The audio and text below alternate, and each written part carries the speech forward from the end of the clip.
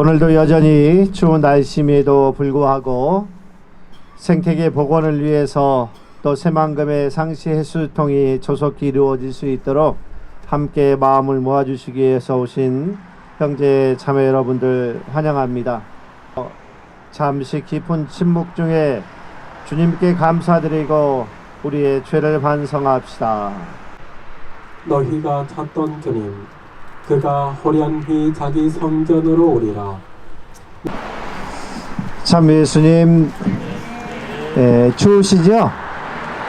추우시니까 손은 주머니에다 넣고 들으세요. 오늘 복음 말미에 우리는 이런 말씀을 들었습니다. 정녕 주님의 손길이 그를 보살피고 계셨던 것이다. 세례자 요한이 탄생하는 오늘 복음의 이야기는 다시 한번 언제나 하느님의 성령을 통해서 살아가는 이들에게는 주님의 손길이 그를 보살피고 계신다는 이야기를 해주고 있습니다. 우리가 새만금 상시 해수유통과 생태계 복원을 위해서 항상 지금 기도하고 있습니다. 오늘이 22번째입니다. 우리 모두에게 주님의 손길이 함께하고 있음을 우리가 확신하고 믿고 그렇게 우리는 이 자리에 모여 있습니다. 주님의 손길이 어떻게 무려 머무르고 있는가? 지난주 화요일 12월 17일 오전 10시 30분에 이곳 도청 앞에서 새만금 상시 해수유통본부가 출범했습니다. 여러분들 아시죠? 그래서 지금 이 시간 새만금 해양수산국 국장님과 우리 시민단체 해수유통본부가 지금 면담을 하고 있습니다. 어찌 보면 지금까지 우리가 함께 이들과 대화하고 또 그리고 생태계를 살리는 이러한 여정을 가고자 노력해 왔는데 그동안 우리 시민들은 그렇게 철저히 배제되었었습니다. 그러나 주님의 손길이 우리가 넘어야 될 산이 너무나도 높지만 그분의 손길이 우리와 함께 해주기 때문에 이런 대화의 시작이 조금씩 되고 있습니다. 그래서 주님의 손길이 우리에게 얼마나 중요한지를 우리가 믿고 이 자리에 모여서 미사를 드리는 것은 참으로 중요하다고 우리가 여겼으면 좋겠습니다. 오늘 왜 이렇게 우리가 이 자리에 모여서 그렇게 새만금을 위해서 기도하고 생태계를 위해서 기도하는가? 교황님이 찬미받으소서 6장에서 이런 말씀을 하십니다. 마치도 이 세상은 인간이 하느님이라고 생각하는 경향이 많다라는 겁니다. 그래서 우리는 하느님이 아니라고 그렇게 말씀을 하십니다. 지구는 우리보다 앞서 존재하였고 우리에게 주어졌기 때문에 이 땅은 우리가 인간이 주인이 아니라 하느님이 당신이 주인이라고 말씀하십니다. 그런데 많은 이들이 가끔씩 오해합니다. 사람들은 인간이 땅을 지배하라고 했다고 하는 창세기 1장 28절의 말씀을 문자 그대로 글자 그대로 해석해서 인간은 땅을 지배해야 된다라고 그렇게 착각하는 현상이 일어나고 있습니다. 인간을 본성적으로 지배적이고 파괴적인 존재로 그렇게 이해하는 겁니다.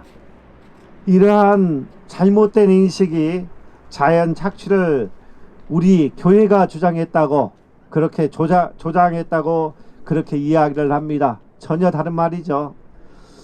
그래서 다시 한번 우리는 오늘 저는 여러분들과 함께 이 땅을 인간이 지배하라고 하신 것이 아니라 창세기 2장 15절에 나오는 것처럼 성경은 우리에게 일구고 돌봐야 된다라고 하는 그 말씀을 분명히 하고 있음을 같이 나누고 싶습니다. 지배가 아니라 세상이라는 정원을 일구고 돌봐야 한다고 말하고 있는 이러한 인식을 이야기하는 겁니다. 그러니까 이 세상은 우리 인간이 지배하는 것이 아니라 뭐라고요? 돌봐야 되는 겁니다. 그러니까 우리가 자식을 낳아서 그들을 어떻게 돌보는지 잘 알고 있습니다. 그러한 마음으로 이 세상을 대하지 않으면 우리는 안 된다는 거죠. 일구다라는 말은 밭을 경작하고 갈거나 밭일을 한다는 뜻이고, 돌보다라는 말은 보살피고 보호하며 보존한다는 의미입니다. 이러한 의미를 잘못 이해하니까 인간이 바다를 지배하려고, 세상을 지배하려고 하다 보니까 불화가 생기고 갈등이 생기고 있는 겁니다. 모든 공동체는 생존에 필요한 것이 무엇이든 풍요로운 것을 땅에서 얻을 수 있습니다. 그러니까 이러한 이 땅의 지배가 아니라 돌본다라고 하는 이러한 본질적인 인간이 가져야 되는 이 세상을 대하는 태도의 언어가 잘못 이해되기 때문에 이렇게 문제가 생기고 어려움이 생기고 있습니다. 인간은 하느님이 아닙니다. 그러기에 하느님이 인간에게 땅을 가득 채우고 지배하라고 맡긴 임무는 곧 그곳을 일구고 돌보게 하신 명령임을 우리는 기억해야 됩니다. 오늘 복음에서도 똑같습니다. 이러한 현상이 똑같이 일어나요. 세례자 요한은 하느님의 은총을 통해서 불가능한 그 나이 먹은 사람들에게서 태어난 하느님의 일이었습니다. 그래서 오늘 복음은 우리에게 이렇게 이야기합니다. 복음 첫머리에 우리는 이런 말씀을 들었지요. 하느님께서 엘리사벳은 해산딸이 차서 아들을 낳았다라는 이런 표현이 나옵니다. 여러분들, 엘리사벳이 해산딸이 차서 아들을 낳았다라고 하는데 성경에 낳았다라고 하는 이 의미가 뭐냐면요, 그냥 우리 인간이 자연적인 어떤 생명체를 낳는 이 의미의 단어를 사용하지 않고 낳았다라는 이야기는 하느님의 힘에 의해서 세례자 요한이 엘리사벳을 통해서 낳았다라는 이야기를 합니다. 그러니까 이 낳음은 인간이 낳는 것이 아니라 하느님이 불가능한 엘리사벳의 몸을 빌어서 세례자 요한을 이 세상에 태어나게 우리에게 선물을 주신 거죠. 그러니까 이 세례자 요한의 탄생은 인간의 일이 아니라 하느님의 일이었기 때문에, 마치도 예수님이 마리아를 통해서 태어난 것처럼 그때도 낳았다라는 단어가 이 의미입니다. 하느님의 힘과 은총 성령에 의해서 태어났다는 의미이죠. 그러니까 뭐예요? 엘리사벳이 마리아가 예수님을, 세례자 요한을 지배하고 소유하는 것이 아니라 그 소유권이 누구에게 있습니까? 하느님에게 있는 겁니다. 이 세상이라고 하는 것도 똑같이 하느님이 창조하시고 우리에게 낳아주신 거죠.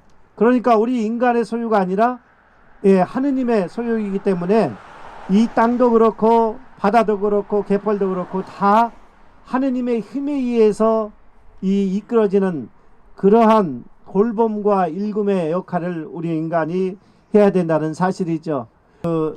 스가랴의 친척과 이웃들은 잘못 오해하는 거죠. 요한이라고 하는 이 이름은 하느님이 주신 이름입니다. 스가랴라고 하는 이 이름은 인간이 받은 이름이죠. 이것을 잘 혼동하고 이해하지 못하는 이 모습을 볼 수가 있습니다. 이들에게 보금자리란 어떻게 서로가 이해되는가? 인간에게 주어지는 보금자리는 하느님이 우리에게 주어진 자리입니다. 제가 오늘 강론을 준비하면서 사무실 옆에 캐나디안 단풍나무에 까치가 둥지를 틀더라고요. 그런데 두 마리가 서로 집 두 개를 지어요. 같이 협력해서요. 이쪽 저쪽에서 가지를 모아다가 그 나뭇가지를 갖다가 이쪽 저쪽 놓으면서 집을 지어서 봄에 새끼를 날 준비를 해요. 그러니까 이 새들도 하느님이 주신 나뭇가지, 그리고 나무 위에 자기의 집을 지어서 거기에서 보금자리를 찾는 거죠. 그러니까 이들에게도 집이 필요한 겁니다.